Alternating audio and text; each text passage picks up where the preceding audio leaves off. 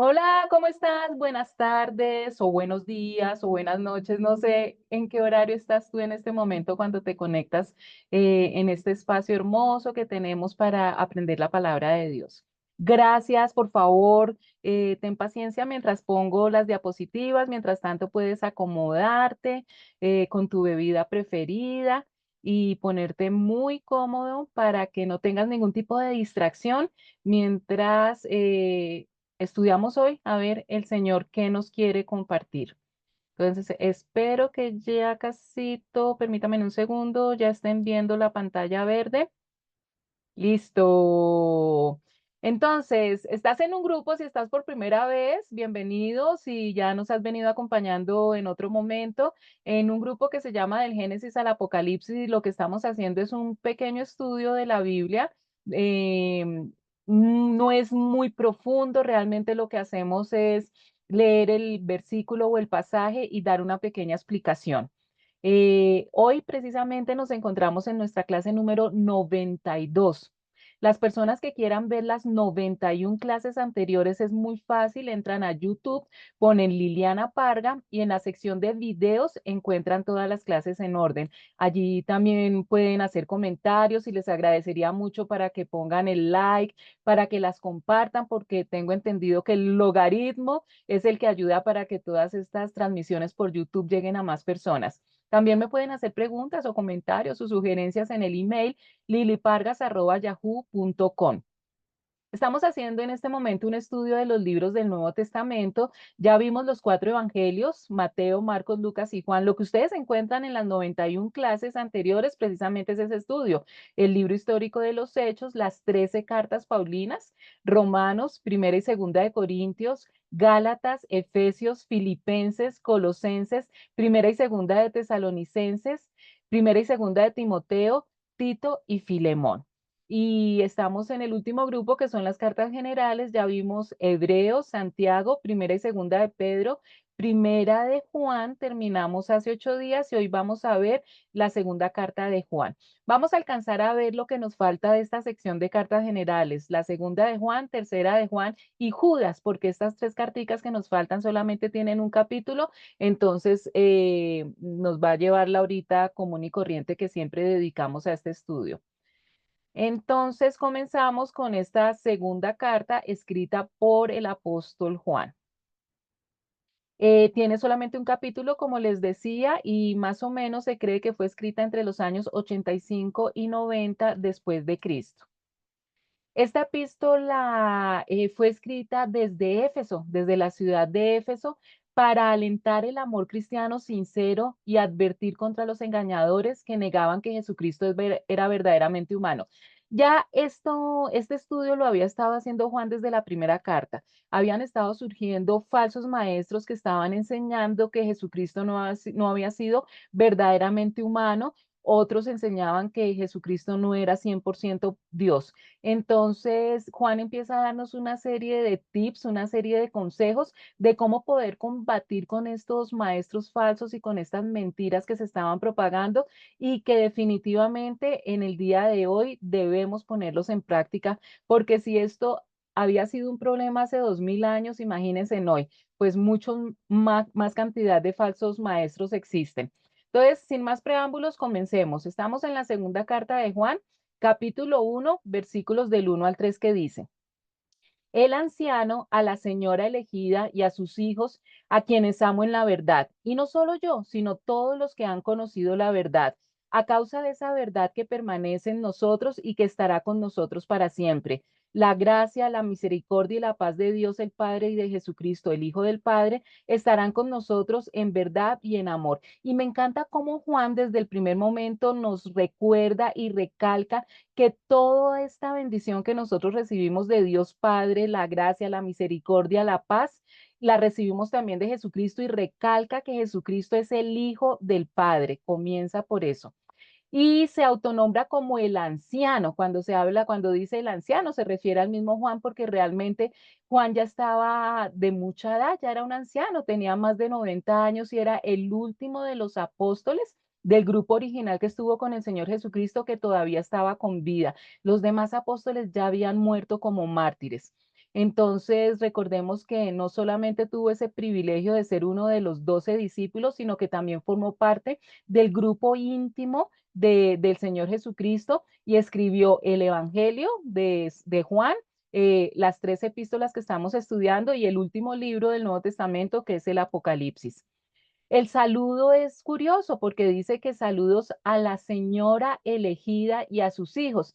Y leyendo por encima una persona que no tiene profundidad, pues lo primero que se imagina es que se refiere a una mujer y a sus hijos, pero no, realmente no se está refiriendo a eso, sino que aquí Juan está utilizando un lenguaje cifrado. Recuerden que están en plena persecución.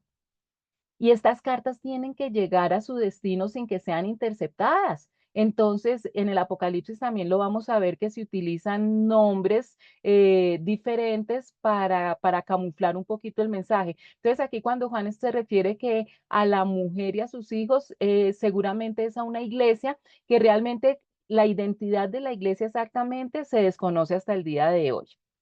Y en segunda de Juan, en la versión de la nueva traducción del lenguaje actual, nos lo explica mejor, nos dice a los hermanos y hermanas que Dios ha elegido. Entonces, definitivamente se refiere a una iglesia.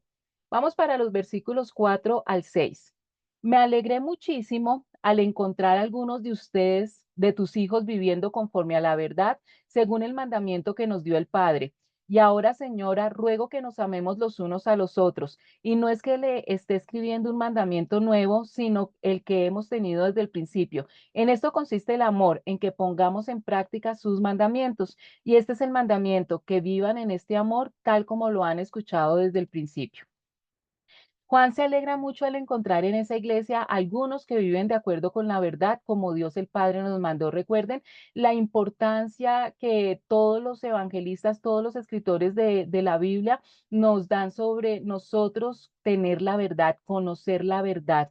Es lo principal. La verdad no es relativa, hay una sola verdad y nosotros como hijos de Dios primero tenemos que pedirle al Padre para que con el poder del Espíritu Santo nos guíe siempre a la verdad. Y esto lo está diciendo Juan porque estamos expuestos diariamente a un sinnúmero de mentiras, que si nosotros no tenemos las buenas bases de la verdad, recuerden que la verdad es una persona que se llama Jesucristo.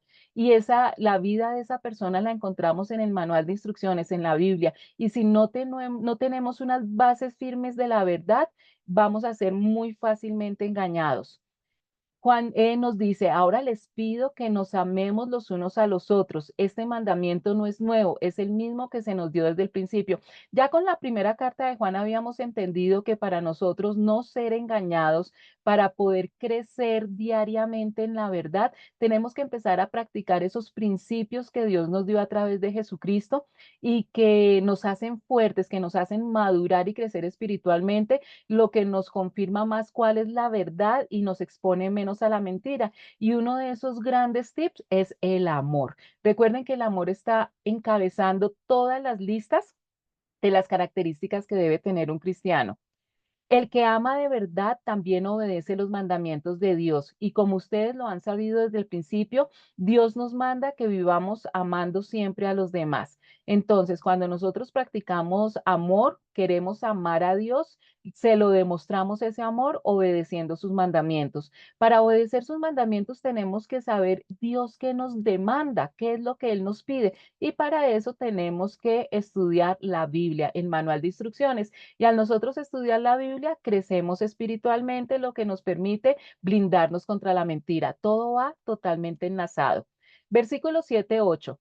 Es que han salido por el mundo muchos engañadores que no confiesan que Jesucristo ha venido en cuerpo. El que así actúa es el engañador y el anticristo. Cuídense de no echar a perder el fruto de nuestro trabajo. Procuren más bien recibir la recompensa completa. Entonces, aquí Juan nos está diciendo una de las grandes mentiras que empezó a propagarse y que hoy en día, 2000 años después de haberse dado este mensaje original, sigue socavando el camino correcto hacia la salvación. Y es aquellas personas que no creen que Jesucristo es el Hijo de Dios. Esto es muy importante. En la época de Juan, muchos falsos maestros enseñaron que el espíritu era bueno y que la materia era mala. ¿Se acuerdan que eso vienen desde algunos filósofos griegos que entonces condenaban todo lo que tuviera que ver con la materia y con la parte física, que era algo maldito, que era algo pecaminoso y que solamente lo bueno era la materia? Por lo tanto, llegaron a pensar que Jesús no pudo haber sido Dios y hombre al mismo tiempo. Miren, si la premisa de una frase, de una creencia está mal, si la base es incorrecta, la conclusión es incorrecta. Entonces, ya estaban mal pensando que todo lo que tenía que ver con el cuerpo era malo. Dios es nuestro creador y Dios hizo a los seres humanos trinos. Y nosotros somos seres integrales compuestos de cuerpo, alma y espíritu. Entonces, nuestro cuerpo es el área física creada por Dios. Nuestra alma es nuestra psiquis, que está compuesta por la mente, las emociones y la voluntad. Y el espíritu es esa área que Dios puso en nuestro cuerpo, en nuestro ser, para que nos pudiéramos comunicar con Dios, porque Dios es espíritu. Entonces tiene que haber total coordinación, integridad en esas tres áreas. No puede ser una mala y una buena porque todo fue creado por Dios. Entonces, si se tiene mal esa base de que lo físico es malo y solamente lo espiritual es bueno, pues la conclusión lógica es que Dios, siendo Dios espíritu, pues jamás pudo haber sido un hombre físico. Pero como la conclusión, la base está mal, la conclusión está mal. En términos firmes, Juan advirtió en contra de esa clase de enseñanzas. Hoy todavía muchos falsos maestros que fomentan una interpretación de Jesús que no es bíblica siguen asegurando lo mismo. Todavía hoy en día hay muchos de esos falsos maestros. Son peligrosos porque tergiversan la verdad y socavan los fundamentos de la fe cristiana. Recuerden que si nosotros no creemos que Jesucristo es Hijo de Dios, que vino al mundo para morir por nuestros pecados, el plan de salvación falla totalmente. Y si no creemos en el plan de salvación, no hay redención. Y si no hay redención, los seres humanos seguimos en el pecado sin poder recuperar la vida eterna y plena que Dios quiere para nosotros. Estos falsos maestros emplean palabras a veces que son correctas, pero al mismo tiempo cambian el significado. Y si la persona no conoce bien la verdad, al escuchar palabras correctas van a pensar que esas personas, esos predicadores vienen de Dios y que lo que están enseñando es verdad cuando están enseñando una total mentira. Versículos 9 al 11. Todo el que se descarría y no permanece en la enseñanza de Cristo no tiene a Dios. El que permanece en la enseñanza sí tiene al Padre y al Hijo. Si alguien los visita y no lleva esta enseñanza, no lo reciban en casa ni le den la bienvenida, pues quien le da la bienvenida se hace cómplice de sus malas obras. Y aquí hay una enseñanza que es un poquito dura porque Juan les ordena a los creyentes que no les den hospitalidad a los falsos maestros. ¿Por qué? Porque es que cuando una persona avala ese comportamiento erróneo y falso de una persona, por ejemplo, al abrirle las puertas de su casa, pues están diciendo que están de acuerdo con lo que esa persona enseña. Entonces deben evitar estimular lo herético para que no se propague la falsedad. Además, si los creyentes los invitan a entrar, semejante acción mostraría que aprobaban lo que decían y hacían los falsos maestros. Recuerden que nosotros no debemos ser tropiezo para las mentes débiles. Lo mismo pasa cuando nosotros hoy en día escuchamos predicadores que no son de sana doctrina. Si nosotros recomendamos esas prédicas, las mandamos a los diferentes WhatsApp, que porque ese personaje dijo algo que es cierto, que es verdad. Miren, los falsos maestros, el 90% de las cosas que dicen es verdad. El engaño está precisamente en ese 10% y por eso es tan peligroso. Entonces tenemos que tener cuidado de no replicar y no recomendar a aquellos predicadores que tienen una falsa enseñanza. Puede parecer rudo rechazar a las personas aunque estén enseñando herejías, pero es mucho mejor ser fiel a Dios que simplemente cortés con las personas. Recuerden que Pablo y todos los apóstoles se enfrentaron a aquellos falsos profetas con nombres propios. Nosotros tenemos que tener cuidado. A mí me ha pasado, les confieso, a veces escucho a un predicador y me encanta lo que está enseñando y me parece súper importante y he cometido el gravísimo error de no escuchar completa la predicación y enviarla a todos mis contactos en el WhatsApp. Yo sigo escuchando la predicación y por ahí ya al final oigo que esta persona dice una blasfemia o una herejía o algo que no es verdad y me veo en el lío más grande para poder borrar esa prédica que envía a todos mis contactos. Ya creo que aprendí la lección pero a veces una prédica puede ser el 90% correcta y en la última frase dicen una mentira total. Entonces, que confunden a las personas. Hay que tener cuidado con eso. Versículos 12-13.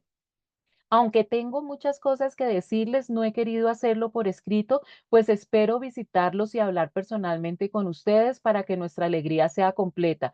Los hijos de tu hermana, la elegida, te mandan saludes. Y este ya es el final de la segunda carta de Juan, bien cortiquitica, ¿no es cierto? Aquí el versículo 13 nos confirma que se está hablando de una iglesia, porque dice que los hijos de tu hermana, la elegida, está hablando definitivamente del cristianismo, te mandan saludos.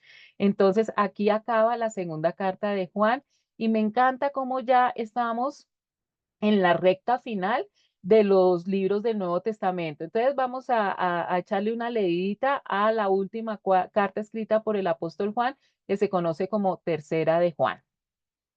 La tercera carta escrita por el apóstol Juan. Tiene también un capítulo, fue escrita por la misma época de las otras dos, entre el 85 y el 90 después de Cristo. Esta carta fue una nota personal de Juan a su amigo Gallo, elogiándolo y alentándolo por alojar hermanos cristianos. Entonces, esta es la segunda carta, son las dos únicas cartas que hay en el Nuevo Testamento escritas a personas, a individuos directos y no a una iglesia o a una comunidad. ¿Recuerdan la carta de Filemón escrita por Pablo? Pues esta escrita por Juan es escrita para una persona llamada Gallo. Y empecemos. Tercera de Juan, capítulo 1, versículo 1 dice, el anciano al querido hermano Gallo, a quien amo en la verdad. Entonces, nuevamente, Juan se identifica como el anciano y aquí nos dice que va dirigida a un amigo que ama muchísimo llamado Gallo. Versículos 2-4. Querido hermano, oro para que te vaya bien en todos tus asuntos y goces de buena salud, así como prosperas espiritualmente. Me alegré mucho cuando vinieron unos hermanos y dieron testimonio de tu fidelidad y de cómo estás viviendo en la verdad. Nada me produce más alegría que oír que mis hijos viven en la verdad.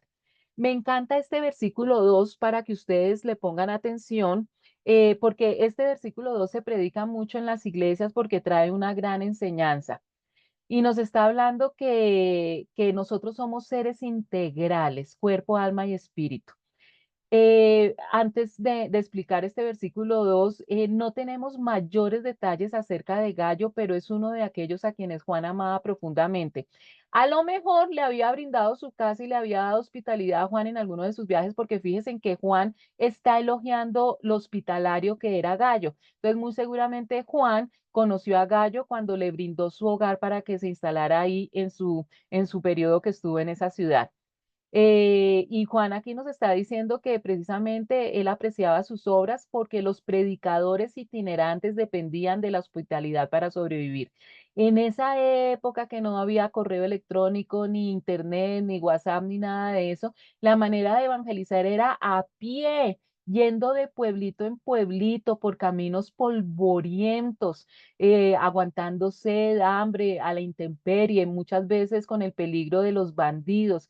Y entonces era muy apreciada la hospitalidad cuando estos evangelizadores llegaban a una ciudad que eran aldeas, no pensemos que eran ciudades grandes como hoy en día, sino eran aldeas pequeñitas donde había un grupo de cristianos, entonces era casi de vida o muerte que algún cristiano, un hermano cristiano, le ofreciera alojamiento a alguno de estos misioneros que iban, estos apóstoles discípulos que iban de pueblo en pueblo predicando la palabra de Dios.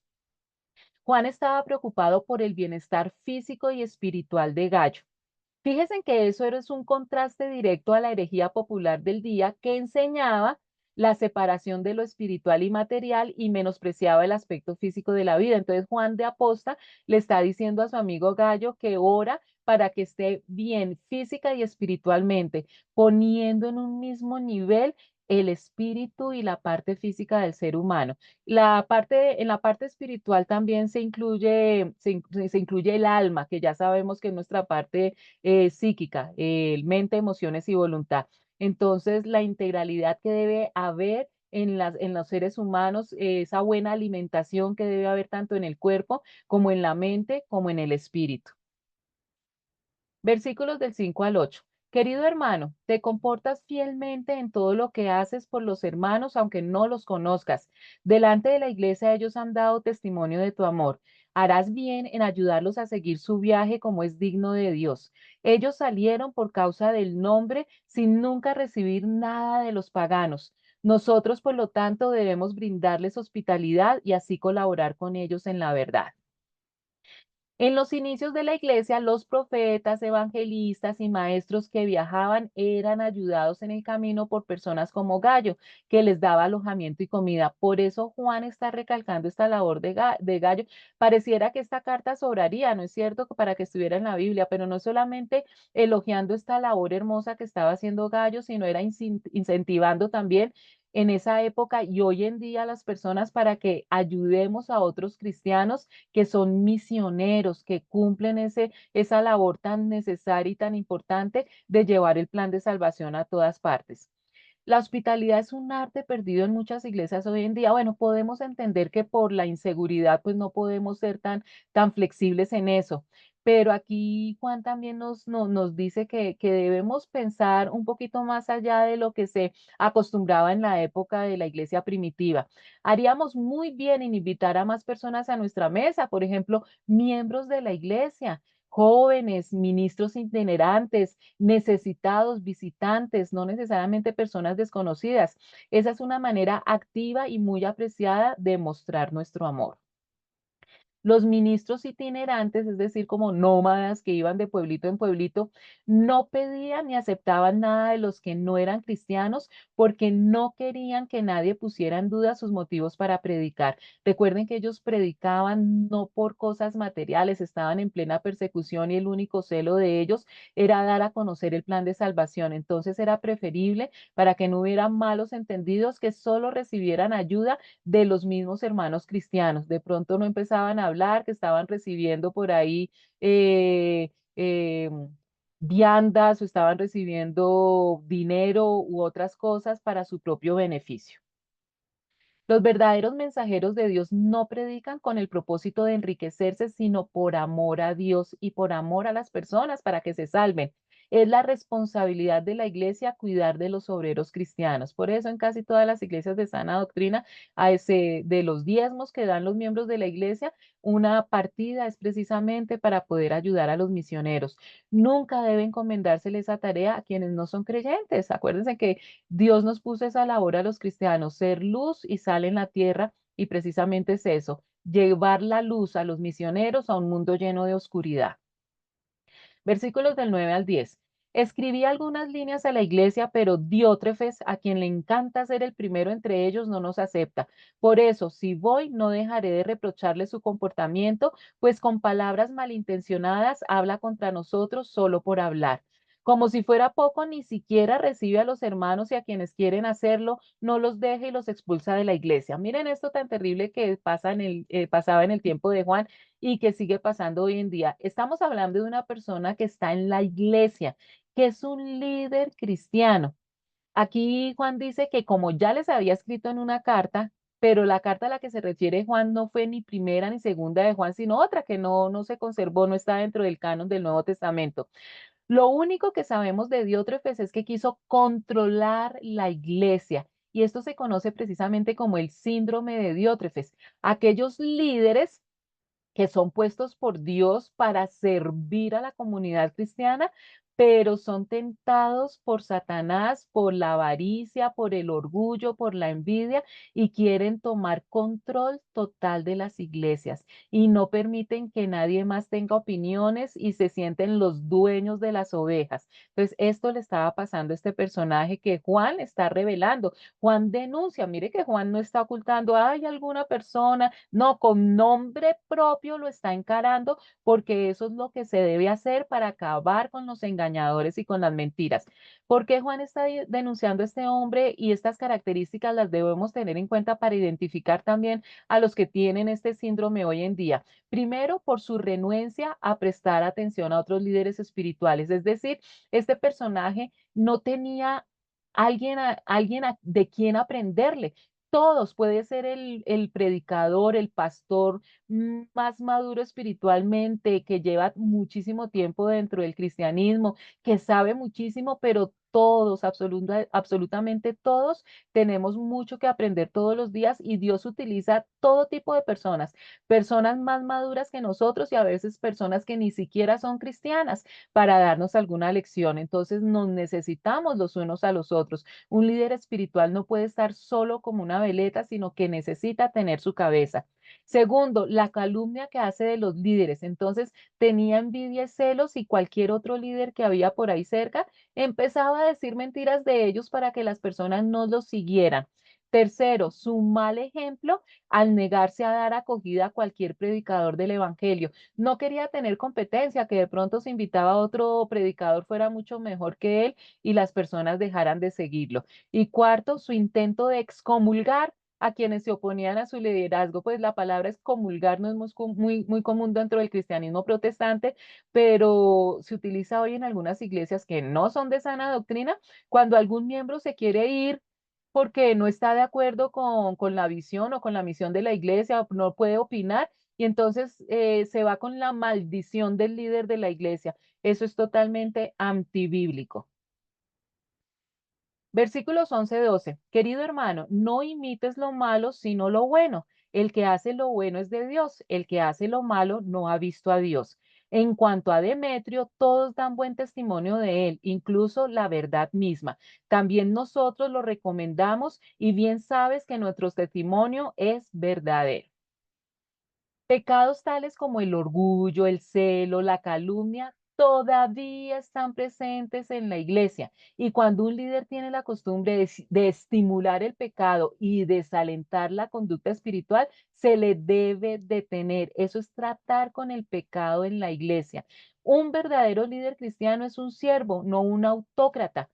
Nosotros vivimos en comunidad y ni siquiera los líderes de la iglesia están solos. Ellos también tienen que rendirle cuentas a otras autoridades. No sabemos nada acerca de este Demetrio, salvo que probablemente fuera el portador de esta carta de Juan para Gallo. El libro de Hechos menciona a un platero de Éfeso llamado Demetrio que se opuso a Pablo. Seguramente no es este mismo Demetrio, porque el que nos habla Pablo en el libro de Hechos no estaba de acuerdo con el cristianismo, mientras que aquí Juan nos dice que este Demetrio es un hombre de Dios, tanto que es el que le lleva la carta de Juan a Gallo. En contraste con el corrupto Diótrefes, Demetrio tenía gran interés por la verdad. Juan personifica la verdad como un testimonio al carácter y a la enseñanza de Demetrio. O sea, Juan está diciendo, miren, yo testifico que Diótrefes es un amante de la verdad. Entonces, tiene toda la autoridad moral como discípulo cercano del Señor Jesucristo de saber cuál es la verdad. En otras palabras, si la verdad pudiera hablar por sí misma, hablaría en favor de Demetrio. Cuando Demetrio llegó, Gallo sin duda alguna le brindó hospitalidad, porque precisamente esa era la característica de Gallo, ¿no? Y mucho más alguien que venía de parte del apóstol amado. Versículos 13 al 15. Tengo muchas cosas que decirte, pero prefiero no hacerlo por escrito. Espero verte muy pronto. Entonces hablaremos personalmente. La paz sea contigo. Tus amigos aquí te mandan saludos. Saluda a los amigos allá, a cada uno en particular. Son cartas bien cortiquiticas. Entonces, mientras la segunda carta de Juan pone de relieve la necesidad de negarles la hospitalidad a los falsos maestros, esta tercera carta de Juan exhorta, anima a los creyentes a que sí le den hospitalidad a quienes enseñan la verdad. La importancia de acogerlos no solamente va a ser de bendición para la casa que abra la puerta de estos emisarios de la verdad, sino que los va a ayudar a que se siga propagando el plan de salvación a todas las ciudades. La hospitalidad es un indicio sólido de apoyo a las personas y a su trabajo. Hay muchas personas que no detestan, no, nunca invitan a almorzar a nadie a su casa, nunca hacen alguna reunión para atender a algún hermano. Entonces, pilas, porque la hospitalidad es algo que Dios nos está mandando a través de estos autores de la Biblia. Significa darles nuestros recursos para que se sientan cómodos y su viaje sea más llevadero. Si nosotros pudiéramos ayudar a misioneros, qué ricos, pero la mayoría de nosotros de pronto no tenemos hogares tan grandes, un cuarto de huésped, pero podemos ayudar de muchas otras maneras a aquellas personas que están dedicadas a ir de ciudad en ciudad enseñando el plan de salvación. Busque activamente formas creativas de mostrar su hospitalidad a los obreros de Dios. Una de ellas pudiera ser mediante una carta de ánimo, un regalo, el apoyo económico y lo más importante, la oración. Nunca olvidemos en nuestros devocionales y en nuestras oraciones diarias a este grupo de misioneros, aquellas personas que predican la palabra de Dios, especialmente aquellas que están en sitios cuyas vidas corren peligro. No las olviden en sus oraciones. Y terminamos, chicos, entonces la tercera carta de Juan. Vamos a empezar entonces la última carta de la sección de las cartas generales. Estamos totalmente en la recta final del estudio de los libros del Nuevo Testamento y vamos a estudiar a Judas. Judas, la carta de Judas, sí, como muchos están pensando, no es Judas Iscariote el que traicionó al Señor Jesucristo, no lo confundan, es Judas el hermano del Señor Jesucristo. Esta carta también muy cortititica, tiene un solo capítulo y fue escrita alrededor del año 65 después de Cristo, es decir, mucho antes de que Juan hubiera escrito sus tres cartas. Entonces, este es uno de los hermanos de Jesús. Ya habíamos visto otra carta de otro hermano de Jesús, Santiago.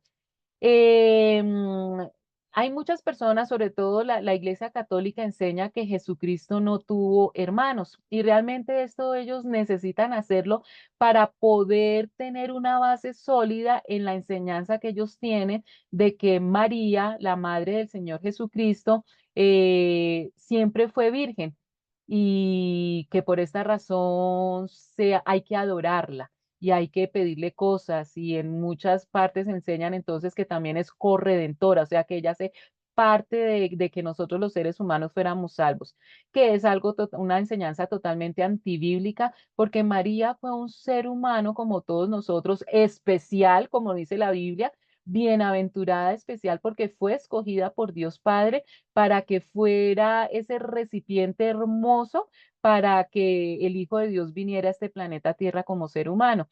Pues definitivamente nosotros debemos imitar a la Madre del Señor Jesucristo, a María, con lo mismo que ella nos dijo. La enseñanza más grande de María fue cuando Jesús hizo su primer milagro al convertir el agua en vino. ¿Recuerdan lo que María dijo? Ella dijo, hagan lo que Él les diga. Esa es la máxima enseñanza de María, que nosotros hiciéramos lo que el Señor Jesucristo nos dice. Pero bueno, según la Biblia, Jesús tuvo hermanos y hermanas, y aquí lo podemos comprobar en varios versículos. Mateo 12:46 dice, su madre y sus hermanos estaban afuera y le querían hablar.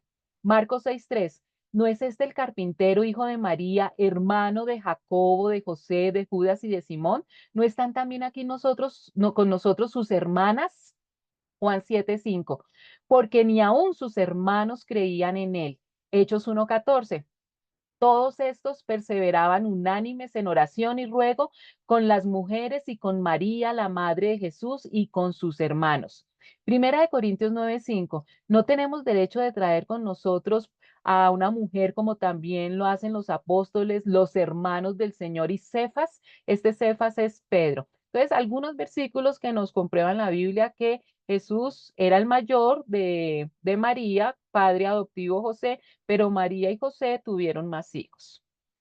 La carta de Judas trata el tema de la apostasía que ya la había tratado también Pablo. ¿Recuerdan? La apostasía es aquellas personas que están dentro del cristianismo, que inclusive algunos de ellos también creen que son cristianos, pero realmente no son cristianos. Y llega un momento cuando se apartan de la verdad de Dios y abrazan enseñanzas falsas con mucha facilidad. Judas les hace recordar a sus lectores el juicio que Dios decretó contra quienes apostataron en el pasado. Chicos, esta es una carta dura, pero necesaria, porque aquí Judas nos va a enseñar que sí o sí, lo creas o no lo creas, viene un juicio para los pecadores y para los que rechazan al Señor Jesucristo.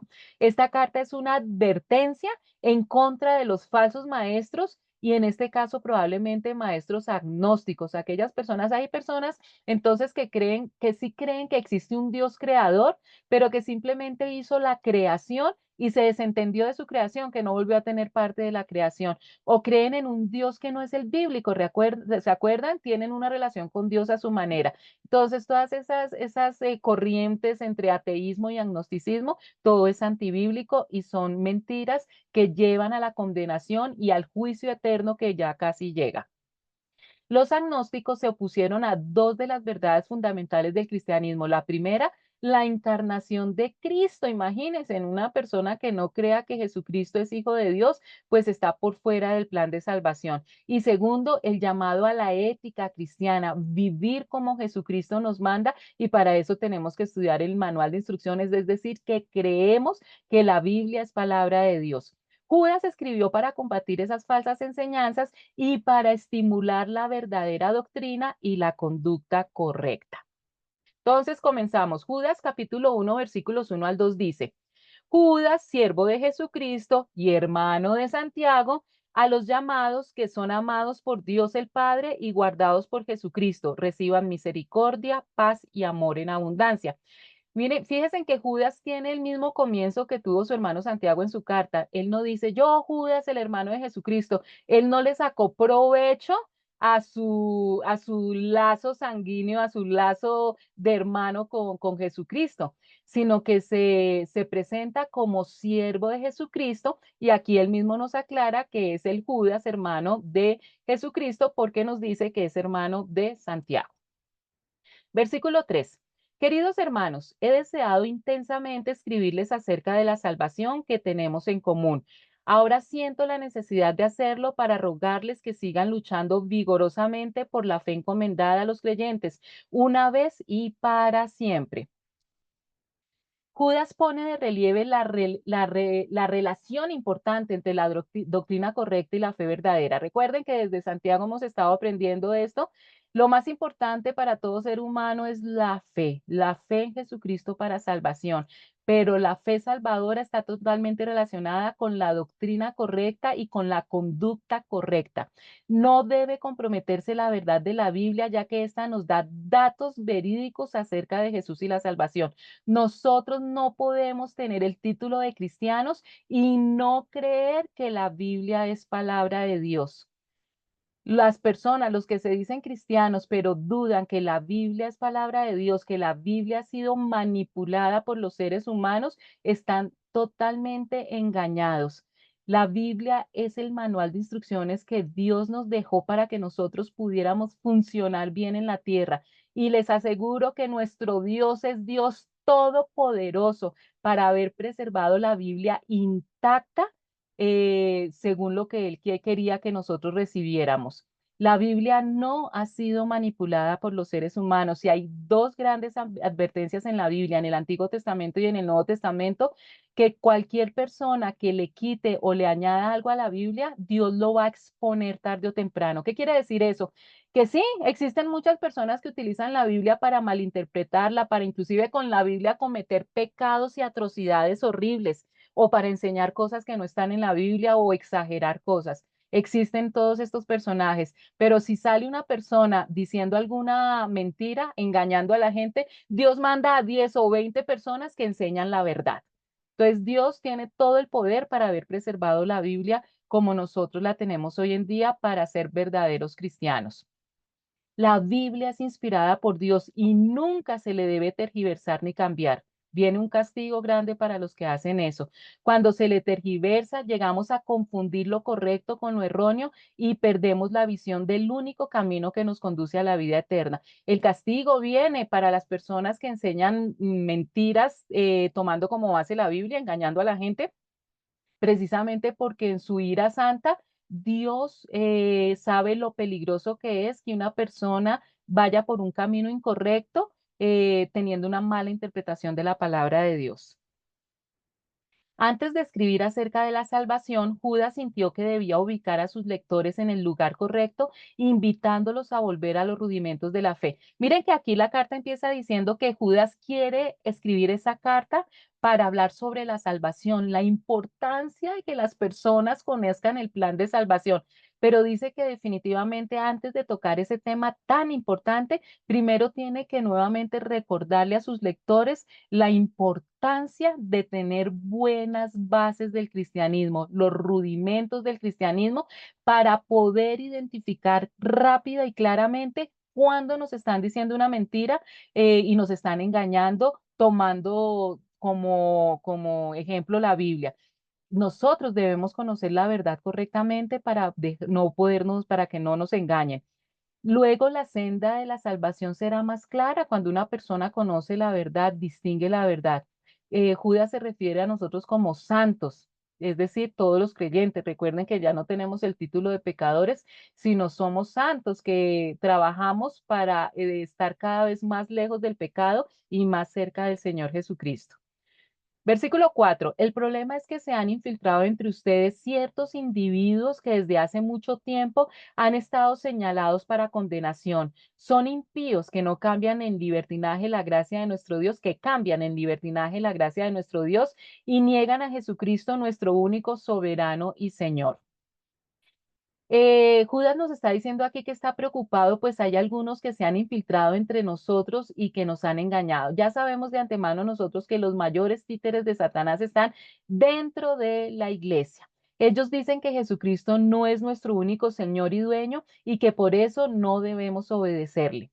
Miren, el gran problema de los engañadores es que tienen un lenguaje que es hipnotizador. La gente por su elocuencia, por las promesas, tocando emociones en los seres humanos, se dejan llevar muy fácilmente por esos caminos incorrectos. Piensan que como Dios nos ama tanto, no nos castigará por todo lo malo que hacemos. Con razón, desde hace mucho tiempo se dice en la Biblia que Dios castigará a esa gente. Entonces, aquí Judas, de una manera muy clara, a través del Espíritu Santo y por orden de Dios Padre, nos está diciendo de una manera sin ningún tapujo, de una manera clara, que aunque Dios es amor, también Dios es justicia y que no nos dejemos engañar porque al final va a haber un juicio y tantos esos falsos maestros que están enseñando mentiras como aquellas personas, ya sea por ignorancia, por orgullo o por cualquier otro motivo, aceptan esas mentiras en sus vidas, van a ser igualmente castigados. Versículos 5 al 7. Aunque ustedes ya saben muy bien todo esto, quiero recordarles que el Señor, después de liberar de la tierra de Egipto a su pueblo, destruyó a los que no creían. Y a los ángeles que no mantuvieron su posición de autoridad, sino que abandonaron su propia morada, los tiene perpetuamente encarcelados en oscuridad para el juicio del gran día. Así también Sodoma y Gomorra y las ciudades vecinas son puestas como ejemplo al sufrir el castigo de un fuego eterno por haber practicado como aquellos inmoralidad sexual y vicios contra naturaleza. Entonces Judas nos está diciendo aquí, no se dejen engañar, hay un juicio final. De la misma manera que ha habido juicios en toda la historia de la humanidad y nos da tres grandes ejemplos de los juicios que ha habido. Primero, quiero recordarles que Dios, después de sacar de Egipto al pueblo de Israel, destruyó a los que no creyeron en él. Los egipcios vieron todas esas maravillas sobrenaturales de la mano de Dios, todos esos milagros que hizo Dios a través de Moisés y de Aarón para sacar al pueblo de Egipto y viendo todas esas maravillas que nunca más en la historia de la humanidad se han visto esos milagros sobrenaturales de semejante magnitud y esta gente no creyó. Por eso ellos recibieron un juicio grandísimo, destruyéndose toda esa potencia que era Egipto y nunca más en la vida, después de que el pueblo de Israel salió de Egipto, volvió a ser una potencia y todo el ejército murió cuando nuevamente las aguas del Mar Rojo volvieron a su cauce normal. Segundo, hasta los ángeles. Así pasó también con los ángeles que rechazaron y abandonaron el lugar de honor que Dios les había dado. Dios los tiene atados para siempre con cadenas y están encerrados en lugares oscuros hasta que llegue el gran día del juicio final. Ni siquiera esa primera creación de Dios que está por encima de los seres humanos, que son los ángeles, unos seres espirituales creados con unos poderes y con unas funciones diferentes y aquellos recuerdan que aquel arcángel, ese querubín llamado Luzbel, por su rebeldía, convenció a la tercera parte de los ángeles a que lo siguieran. Esos ángeles que conocemos como ángeles caídos o demonios han tenido juicio todo el tiempo, desde el momento en que fueron creados, pero también hay un juicio final para ellos. Hay dos cárceles espirituales que las vamos a ver cuando entremos a estudiar Apocalipsis, donde están los demonios, el abismo donde son mandados los demonios que cuando Jesucristo vino a liberar, que eso lo vamos a ver más adelante, y hay otro sitio que se llama el Tartarus. No sé si ustedes recuerdan Génesis 6, el famosísimo Génesis 6, donde habla de los nefilín, de estos ángeles que pervirtieron su naturaleza y tuvieron relaciones con mujeres humanas y de ahí nació una raza pecaminosa de gigantes. Esos ángeles que cometieron ese pecado tan terrible están en un sitio que se llama Tartarus. Entonces ya empezó el juicio para ellos, pero todos esos ángeles caídos, esos demonios que todavía están por aquí molestándonos, van a tener un juicio final. Entonces ni siquiera los ángeles se salvan del juicio final. Y nos recuerda también algo parecido le sucedió a los que vivían en Sodoma y Gomorra y en las ciudades cercanas. Los que vivían allí pecaron y practicaron todo tipo de relaciones sexuales prohibidas. Por eso Dios los castigó y los arrojó al fuego que nunca se apaga para que sufran allí. Que esto sirva de advertencia para todos nosotros. Cualquier persona que al final, cuando ya se termine el tiempo, en los últimos días, haya rechazado al Señor Jesucristo, va a recibir un juicio. Muchos no quieren creer que Dios sentencia a las personas al fuego eterno por rechazarlo, pero esa es una enseñanza clara en las escrituras y los maestros que enseñan una cosa diferente son maestros falsos. Los pecadores que no buscan el perdón de Dios afrontarán la separación eterna de Él. Judas hace esa advertencia a todos los que se rebelan, menosprecian o rechazan a Dios. Por eso es el afán y el celo de nosotros para que nuestros seres queridos y conocidos que todavía no han aceptado a Jesucristo lo hagan y seguiremos orando, ya de pronto no diciéndoles directamente el plan de salvación porque ya lo hicimos y muchas veces nos han dicho no queremos saber nada de su religión, entonces lo único que nos queda hacer a nosotros es seguir orando por ellos, porque sabemos el final que les viene, sabemos lo terrible que va a ser para ellos. Versículos 8 al 10. De la misma manera, llevados por sus delirios, estas personas contaminan su cuerpo, desprecian la autoridad y maldicen a los seres celestiales. Ni siquiera el arcángel Miguel, cuando argumentaba con el diablo disputándole el cuerpo de Moisés, se atrevió a pronunciar contra él un juicio de maldición, sino que dijo que el Señor te reprenda. Estas, en cambio, maldicen todo lo que no entienden y como animales irracionales, lo que entienden por instinto es precisamente lo que los corrompe. Miren esto tan importante.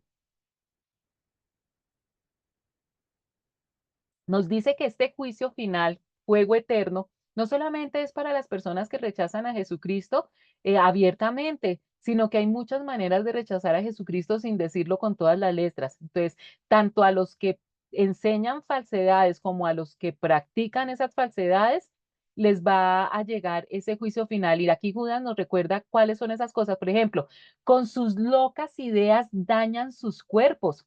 Nosotros no nos pertenecemos a nosotros mismos, nosotros no somos dueños de nuestro cuerpo. Jesucristo compró nuestras vidas con su sangre para que pudiéramos nuevamente tener acceso al paraíso, a esa vida eterna plena. Entonces, lo que hacemos con nuestro cuerpo, que es templo del Espíritu Santo, va a juicio. ¿Qué hicimos con el templo del Espíritu Santo? Aquellos que rechazan la autoridad de Dios.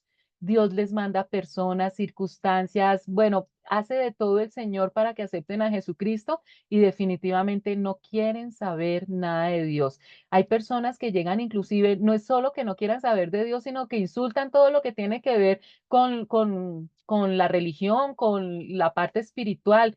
Rechazan a los ángeles y todo lo que tienen que ver con la espiritualidad. Estos falsos maestros se burlan de toda autoridad, no solamente los maestros, sino los que siguen esas enseñanzas de los falsos maestros. Todas las burlas, no solamente el no creer, sino las burlas a todo lo que tiene que ver con Dios va a ser condenado fuertemente. Ni siquiera Miguel, recuerdan el que reemplazó a Satanás como arcángel. Recuerden que arcángel no es un tipo de ángel, sino es un título. Arcángel significa jefe de ángeles.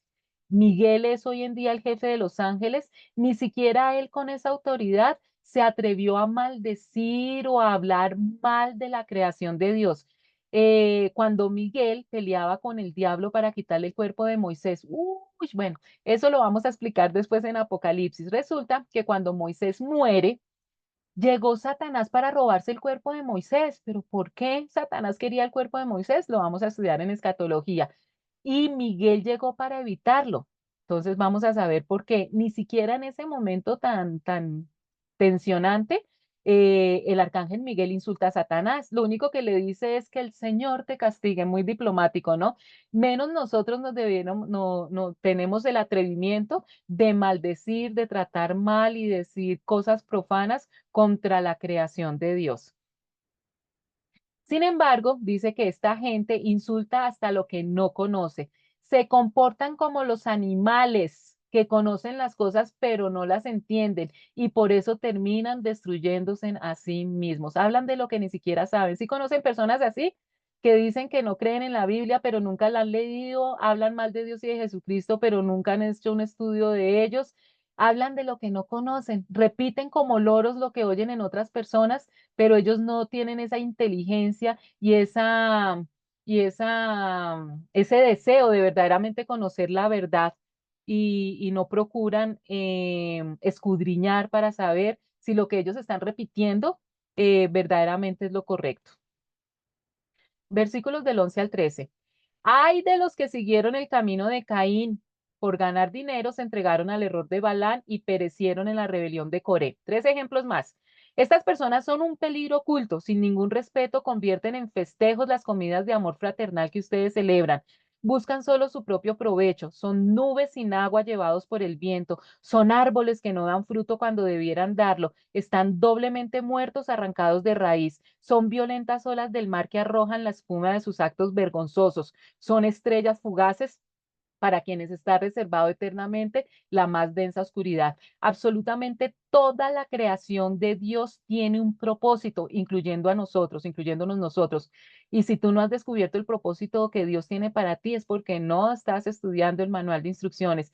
Y si absolutamente todo tiene un propósito, aquello que no cumpla con el propósito, pues al final no sirve para nada, va para el juicio final. Y aquí Judas nos lo está diciendo, pobre gente, pobre aquellos que se comportan como Caín, que quieren tener una relación con Dios a mi manera. Tanto que repito yo eso, espero que se les quede grabado. Nuestra relación con Dios debe ser a la manera de Dios. Él es el que pone las leyes, las pautas, las condiciones, no somos nosotros. O aquellas personas que por el afán de ganar dinero cometen el mismo error que cometió Balaán. ¿Te acuerdan? Que el rey Balac le encarga a Balaán a cambio de mucho dinero que maldiga a la nación de Israel. O tercero, son tan rebeldes que morirían como murió Coré. Coré es un personaje que salió de Egipto cuando todo el pueblo de Israel fue liberado por Moisés y todo el camino estuvo hablando pestes de Moisés y de Aarón y que ellos, quién había dicho que ellos eran los únicos que podían hablar de parte de Dios. Y llegó un momento que se volvieron una piedra terrible en el camino, que literalmente Dios abrió la tierra y la tierra se los comió vivos a Coré y a toda su familia. Entonces esa rebeldía sin motivo, una rebeldía y una rabia contra las cosas de Dios que solamente se pueden entender porque están totalmente dominados por Satanás. Cuando se celebraba la Santa Cena en la iglesia primitiva, los creyentes se servían una comida completa antes de tomar parte en la Eucaristía con el pan y el vino. Entonces aquí Judas nos recuerda que uno de los mandatos que nos dejó el Señor Jesucristo es que nosotros como cristianos deberíamos tener comunión, común unión.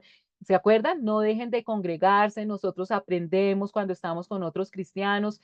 Entonces, en la iglesia primitiva había persecución, no eran tantos, los cristianos se reunían y se reunían primero para tomarse el almuerzo o la cena o lo que se acostumbraba en el momento y ya al finalizar la reunión era que compartían el pan y el vino recordando la muerte y la resurrección del Señor Jesucristo. A esa comida se le llamó fiesta de amor, porque precisamente era eso, compartir con los hermanos cristianos que estaban pasando por las mismas luchas y estaba destinada a ser un tiempo sagrado de confraternidad a fin de que cada uno preparara el corazón para la comunión, ya para cuando iban a tomar el pan y el vino. Sin embargo, en varias de las iglesias esa ocasión se había convertido en un tiempo de glotonería y borrachera, algo que Jesús había instituido para que floreciera el amor y el compañerismo y la amistad se estaba volviendo algo pecaminoso y el ejemplo está en Corinto, en la iglesia de Corinto.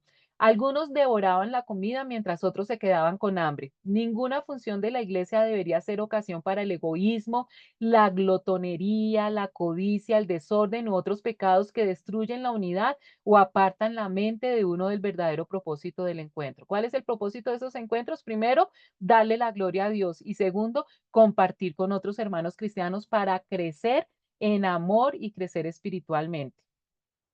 Versículos 14 al 16.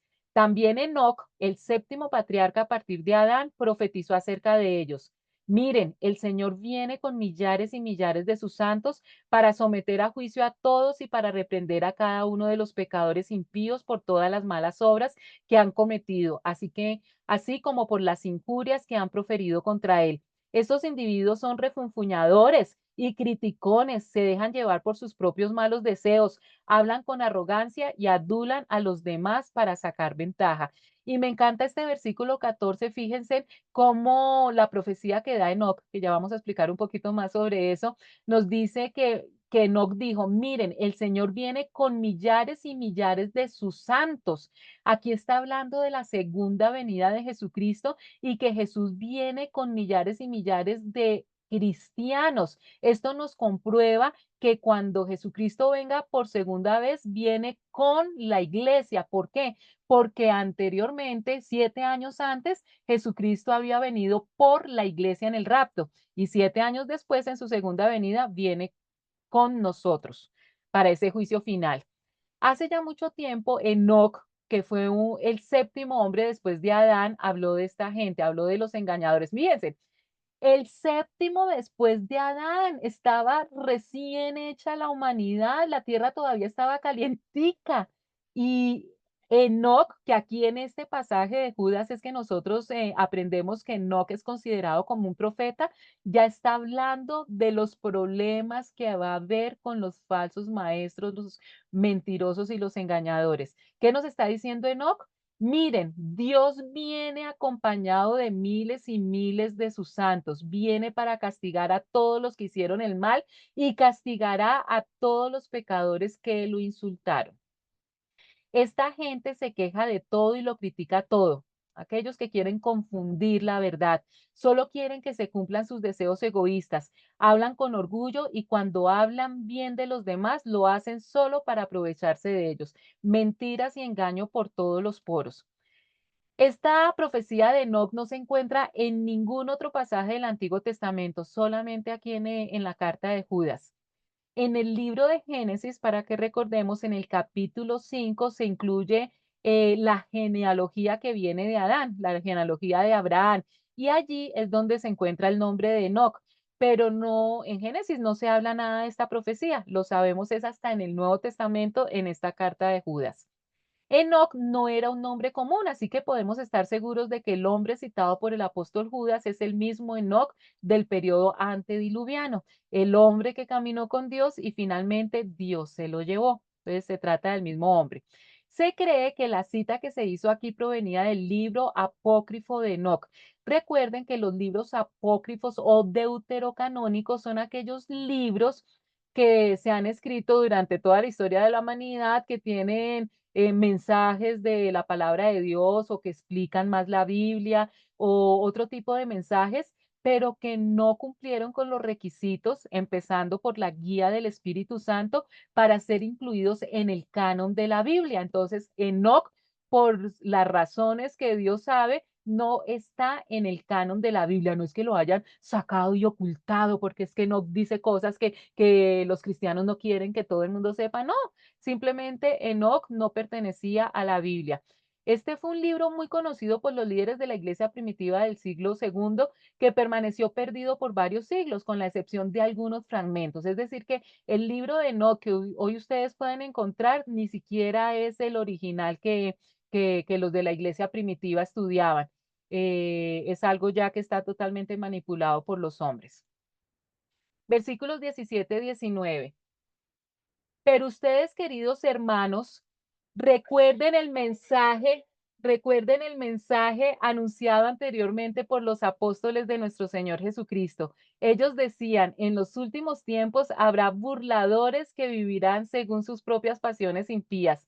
Estos son los que causan divisiones y se dejan llevar por sus propios instintos, pues no tienen el espíritu. Perdónenme la interrupción, mi hijo llamándome desde Nueva Zelanda, pero ahí les cuento. Ahorita lo llamo. Deben recordar lo que predijeron los apóstoles de nuestro Señor Jesucristo. Ellos les advirtieron que en los últimos tiempos habría gente burlona cuyo objetivo en la vida es satisfacer sus malos deseos. Estos individuos son los que causan divisiones entre ustedes. Se dejan llevar por sus instintos naturales porque no tienen al Espíritu de Dios en ellos. Versículos 20 al 23. Pero ustedes, queridos hermanos, edificándose sobre la base de su santísima fe y orando en el Espíritu Santo, manténganse en el amor de Dios mientras esperan que nuestro Señor Jesucristo, en su misericordia, los lleve a vida eterna. Tengan compasión de los que dudan, a otros sálvenlos arrebatándolos del fuego, compadézcanse de los demás, pero tengan cuidado, aborrezcan hasta la ropa que haya sido contaminada por su cuerpo. Judas aquí está bravo. Pero ustedes sigan confiando siempre en Dios. Esa confianza es muy especial. Aquí nos recuerda Judas la importancia de la fe en Dios. Toda nuestra vida cristiana, en las buenas y en las malas, depende de esa fe en Dios. Nos dice Judas, cuando oremos, dejemos que el Espíritu Santo nos guíe en esa oración. Recuerdan que la misma Biblia nos dice, no se les da porque no saben pedir. Entonces, dejémonos guiar por el Espíritu Santo. Confíen todo el tiempo en el amor de Dios y esperen el día en que nuestro Señor Jesucristo nos dará la vida eterna, pues Él también nos ama mucho. Y terminamos casi este Nuevo Testamento, esta parte de las cartas generales y casi el Nuevo Testamento con lo más importante, la base de todo, que es el amor, es el que nos va a ayudar a poder llegar a la meta con victoria.